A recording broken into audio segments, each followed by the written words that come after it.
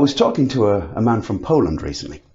This guy said that he always suspected he was dyslexic, but he'd never had a dyslexia test.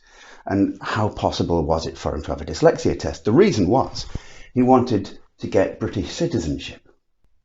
In order to get British citizenship, he had to pass his citizenship exams, but his citizenship exams were a little bit tricky for him.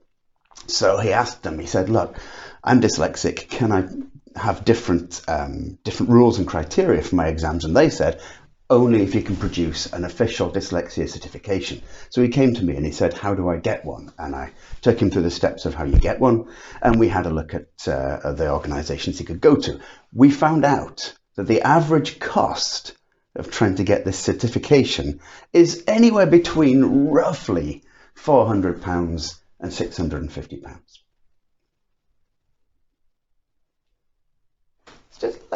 Just let that sink in for a second. Anywhere between £400 and £650. A little bit higher and a little bit lower, but that's the general figure. That's rent. For me, that's rent. For a lot of people, that's rent. It's double the average car payment in the UK. It's about the same as the average wage packet. Just imagine, you want to get yourself certificated for dyslexia because you want to pass this exam for British citizenship, but you can't do it unless you've got the money in the first place. But he doesn't have the money. He's a security man. He doesn't get paid that much. So what does he do? He has to make the choice between, on the one hand, rent, and on the other hand, passing his exam, getting a certification. And he's not even certain he'd pass it anyway, because, he only suspects he's dyslexic. And so what does he do? The problem is, this is something that faces a lot of people, a lot of the time. And what it does is it increases the gap between the rich and the poor. This is what makes dyslexia a middle-class illness, a middle-class disease.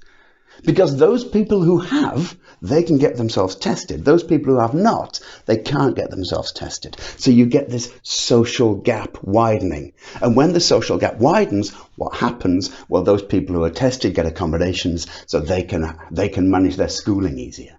Those people who don't get tested don't get accommodations, so they can't manage their schooling easier. And the rich get richer, and the poor get poorer. Oh, and by the way, because dyslexia in Britain isn't counted as a medical condition, you can't get it paid for on any health insurance. Of course you can't.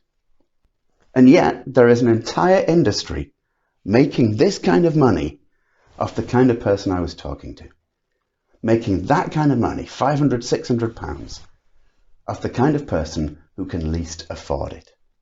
I asked somebody at one point, why? Why do you charge this amount of money? They were charging, I think, £500, £550.